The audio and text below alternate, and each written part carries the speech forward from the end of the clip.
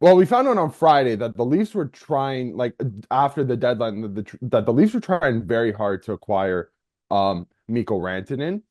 Yeah, They had Nick offered, Kiprios threw out. Yeah, give him that yeah, so offer. so they had offered, I believe this would have been their final offer, or at least this is the offer that's known, the final offer that's been known of Easton Cowan, Fraser Minton, both uh two of the top three Leafs top tier prospects, Yep, right? Like yep, between them, it's definitely. like them two and Ben Yep, Danford, and yep. also two first round picks as well.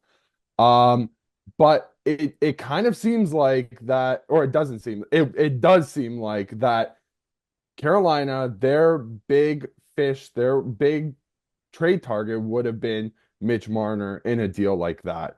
Um, so the Leafs approach Mitch Marner, asking him to waive his no movement clause, which he then declines. He made it clear that he wanted to stay and sign a long-term contract with the Leafs. So that information kind of came out. Frege on Sportsnet. He wrote an article first, Yeah, um, pregame. Yeah, outlining that stuff. Yeah, it must have been like an hour to pregame too, because it had Twitter in a frenzy for at least like, well, for most of the night. Like even during the game, I saw a oh lot yeah. more people just, Yeah, and yeah. then like I watched him deliver the news on headlines, and I Hmm. maybe just an extra piece of context there. When the Leafs approached Mitch Marner about waiving his no move clause, they couched it saying we want to sign you, but we're talking about Mikko Rantanen. So that's they did preface it by saying, listen, we want to sign you still, but this is too big of a deal to like not come and just ask if you waive your no move clause. Yeah, and then yeah, Ellie delivers the news again on headlines, which is just a little bit better to digest when you hear the guy speaking it versus just written in an article.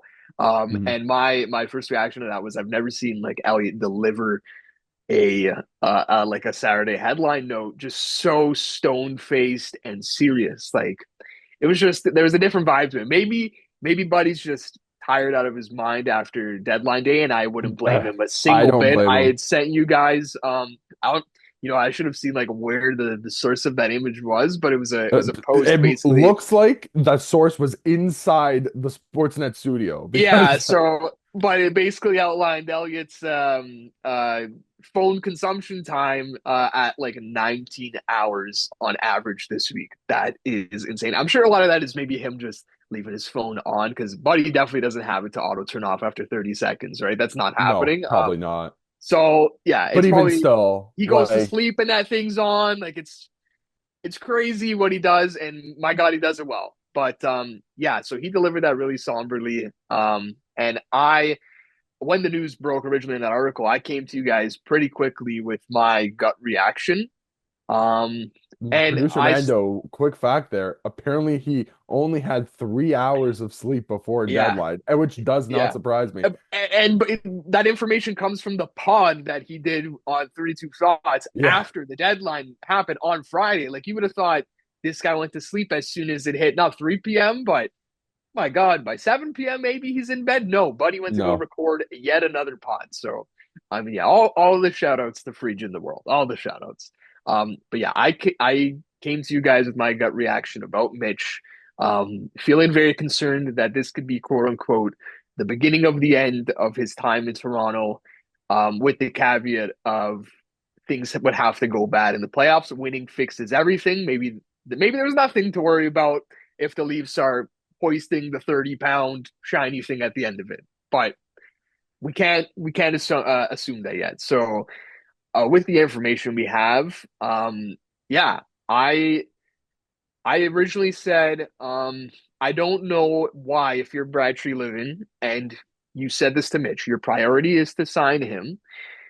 Why are you even approaching him to waive his no move clause in what's been probably his best season as a Leaf since the first year that Tavares came over, where Mitch had a 90+ point season. I'd say that Mhm. was the second most or the most positive season he had just in terms of fan perception, his own confidence. And this one's right behind it, right? Like everything that Mitch has touched this year has turned to gold.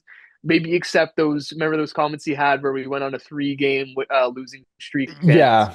Yeah. I right? mean, That's listen, the I didn't only like blip on any the of, radar. I'll be honest, I didn't like any of the quotes from anybody. Like everybody was saying the same thing, and it was like such just Yeah. generic. So I hated tiny, all of that, so I tiny, can't tiny, fault him tiny for blip it. on the radar. Tiny, tiny Sure. blip on the radar. He goes to Four Nations. He's fantastic, 10 out of 10, and maybe not 10 out of 10, but he starts the tournament with an overtime winner, ends the tournament with an overtime assist to win the Assists. tournament Yep. for Canada. Like you can't complain about that. The golden apple, some call it. Yeah, he comes on to Hockey Night in Canada the Saturday after, has this awesome pregame availability with Ron McLean. Everybody's loving it, and it's insane how quickly things can crumble. I think we're kind of back to square one with the fan perception and just the overall feeling I have about our confidence to sign Mitch Marner. And my original concern was with Mitch Marner's confidence. It's like I said, I'm like, if you're Brad, why kind of, as Mitch once put shambles in Mitch's brain Yeah. with that type of talk? Based on yesterday, where he comes on and has a 2 goal game, I don't think he's taken that part of it too hard. But maybe Maybe it's the way motivation. Maybe it's just it. motivation to do what though? To prove the Leafs wrong, or motivation to I would love it if that's the case because at what point in Mitch Marner's career has he proved the Leafs, like the organization or the fan base wrong? When has he proved anybody wrong? this He's is magical. Like let's this get it season. all out in the open. Yeah, Yeah. this season he's on pace to prove us wrong, just in terms of how good he's been. Sure. Regular season, he can prove Yeah, us wrong for and sure. you're A right that hundred that's happened percent. before. This isn't the first time he's been on pace to prove us wrong, but Mhm. I just think everything's kind of lining up for it. Like with Matthews being in the season that he's having, with Nylander, the goal scoring's been there with He's Willie, tailed but off a little the bit though. point production compared to last year isn't as great. So at the end of the day, the MVP of this team has been Mitch Marner this year. Yeah, I Like, mean, I'll let's caveat that with let's also give a big shout out to the yeah, yeah. goaltending play, Even if we just but say skaters, that's right. that's fine. Yeah, a He's hundred he's percent. far he's far and away the number one.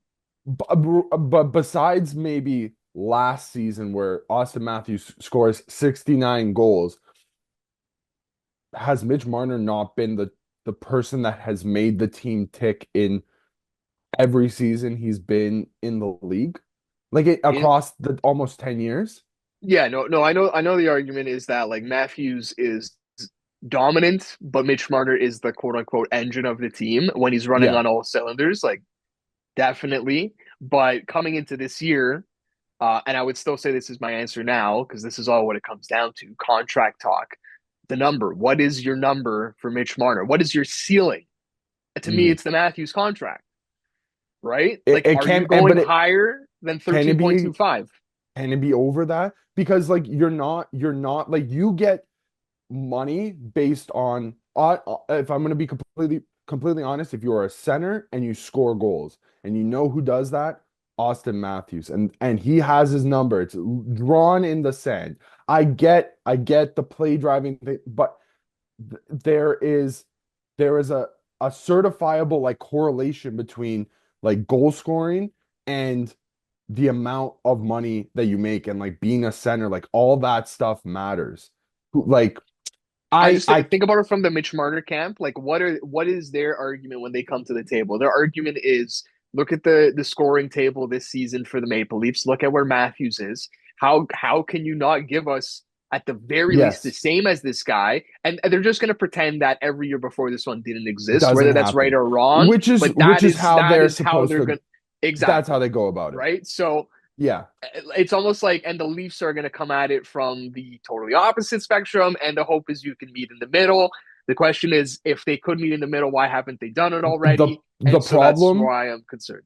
the problem was the problem is that the organization and not the leadership, like actually part of the leadership in charge, so not the full thing, did like let him not meet, like they didn't meet in the middle per se the last time. That's the problem was that they gave Different. I'm in. not.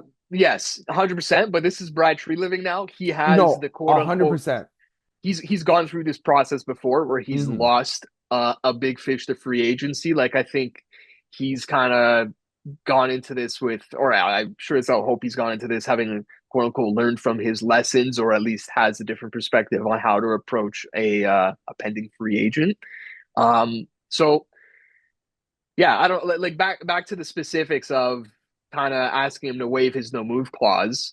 Is this maybe comparable to what the Avalanche, what happened with Mikko Rantanen and the Avalanche and the Hurricanes? Once again, Elliot Friedman has been reporting this even I think before um, the Carolina Dallas talks started, which we'll get into after. But the idea that the Avalanche and Mikko are negotiating a contract. The offer that we had heard Colorado finished with was 11.75. So they never got into 12s. And because of that, they allowed other teams to talk contract with Mikko. The Hurricanes come in, say, would you be receptive to a long term deal here? And he kind of, his camp says, yeah, sure, I would. Like, yeah, sounds all right, not thinking that that was a serious conversation. And Elliott's talked about how this happens with a lot of players. It's a pressure tactic when you're having a negotiation with a player and you say, listen, you want this number, go try and get it from someone else. And you'll see that maybe you can't, except in this case, the Hurricanes were willing to do it. Um, and Colorado, quote unquote, called Mikko's bluff. And that's what caught him off guard, this entire trade. He tells the Hurricanes yes beforehand, he never really meant it, right? So now you have this conversation with Brad Living going to Mitch Marner and say, hey, we want to sign you, but if you don't want to sign with us, I'm gonna have to ask you this, or just not even like you're saying that in between the lines. That's not what Brad's saying, but the fact that the contract hasn't been signed yet, and from all reports, they've been trying Made to sign him progress. in this Or season. Yeah, yes. there's been talks throughout the season, Mhm. and we still don't have a contract. So this is Brad basically saying, we've talked contract. This is like last not last resort, but this is the It's your other path. follow. It's your fallback plan, right? Yeah. Like you can't You're just have trying you you're trying to take care of the organization here by saying we can't lose this guy for nothing. 100%. Let's Mikko Rantanen's on the table. He's willing to sign a long-term extension with us. Yeah, so it's still really hard to parse through kind of the mechanics of that entire interaction. And the other point that maybe, yeah, I don't know if we'll ever get confirmation is like who revealed this information. Is it Yeah. like the four options are the Leafs organization, Mitch Marner's camp, the Hurricanes organization, or Mikko Rantanen's camp? I don't really think it's Mikko Rantanen's camp. I feel like we can already throw that one to the bottom. I don't see Mm. why they would get this information Do out you, there. do you have an idea of who, like any of the three? Like if Yeah, you were to put a guess, I worked on Leafs Talk last night with JD Bunkus and Sam McKee. Very good episode. If anyone would want to watch, it was definitely an intense one. Um, and JD threw it out there that he thinks it would be from. I think actually it might have even been Sammy, but I think it they was threw it out Sammy. there. They threw it out there that it's from like the Leafs organization. Yeah, and you know what? He makes a good point too because he basically says it puts the onus on Mitch Marner to make the Yes. decision. Um, Almost similar to the Vladdy stuff in a way, right? Like now that we kind of have an idea of what Vladdy was asking for, how many fans right now are siding with the Jays versus Vladdy? Because the latest from Vladdy was the that the final offer came under 600 million for Yeah. 14 years, and he framed that as a like that was That was a low a ball. disappointment. I And I everyone's reaction to that is, brother, if that's your ask, I don't know, like if we're still mad about um you not I signing. I I don't know. It's so tough to compare. Like I completely understand where that comparison comes in, but in a sport where the Blue Jays owner, also part owner of the Maple Leafs, well, Yeah, actually now 75% owner of the Maple majority Leafs, majority majority owner, owner. But they they don't have like a no salary that cap. there is no salary cap. Like that Yeah, is what it comes down to. I know we don't want to talk about it, and I know the cap is it's going fair. up $25 million over the next 3 years, but guess what? That's 3 years from now's problem. Like we got to Yeah, live in the yeah. present currently.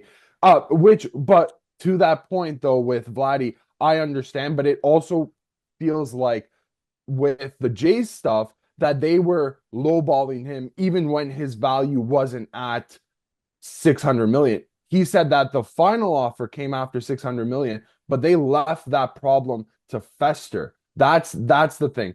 In this Yeah, case, it does you feel can't. like Brad kind of was getting ahead of it. For as much Definitely, definitely. for And as much also, as you like, want to say, yeah. yeah, in baseball, you can have those negotiations years in advance, right? Hmm. You can buy out someone's RFA years and just kick in a new contract. You can't do that in hockey. So Yes. you can only negotiate in the last year of the deal. You brought up like the cap stuff and everything. Maybe we can wrap up this part of the conversation with me. I'm gonna give you some cap projections here. I No, went ahead and no, looked at. please. I know, I know. I went ahead and looked at what the offseason could look like for the Yeah, Leafs okay. with some of the numbers that we'd be throwing around. So let's say the Mitch Marner number is 13.25. You match him to Austin Matthews, okay? Okay. And that I'm putting that out as kind of the high end projection from the Leafs if I was guessing today. Hmm. That's my guess today. I'm not saying that like he could get 14 mil in on the open market, but let's just say that's where it lands for the Leafs. And the JT number, I feel like the numbers we've been hearing more recently, and the fact that the deal hasn't been signed there, is that he's trending towards like 7 million. So let's give him 7 times 3. That's I think the Joe Pavelski Okay. contract in Dallas, or one of his latter contracts there. Okay. I Um, have always said 6.5 would be yeah, the most I was I palatable with, but you know what? If it's an extra 500 grand, I I can yeah, stomach it. it doesn't even have to be from that perspective. I just always try and project on the higher end because that gives Mhm. us an idea of what's possible with like the quote unquote With worst case the with scenarios less, numbers yeah, wise, right? for sure. Then if anyone takes less, it's quote unquote gravy. So let's say JT 7 times 3. Another comparable there is like Claude Giroux in Ottawa. I think he was 6.5 times 3. I think Um, so that that's was another also like 3 years ago. exactly, exactly. So let's just say 7 times 3. And then the other big number you have to add this offseason is Matthew Knies' contract. And this is kind of where I'm at. You can't sign him to a long-term contract if you're keeping John Tavares and Mitch Marner at these numbers. The math does not math. Um, I have him right now on a bridge deal, a 3-year Okay. bridge deal that keeps him as an RFA where he'd be making 5 mil, five Okay. times three. Okay. Because I think that long-term deal is something more like 8 times 8, to be honest. I Right. You I think can't fit that in.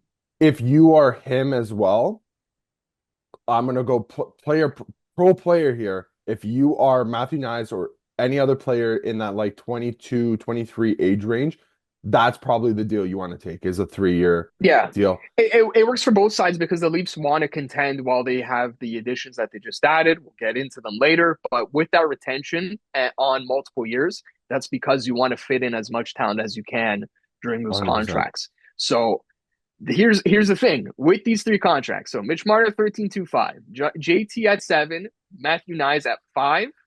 And you just add in guys at like league minimum, like just re-signing Steven Lorenz and Pontus Holmberg, you're still above the cap by 250K.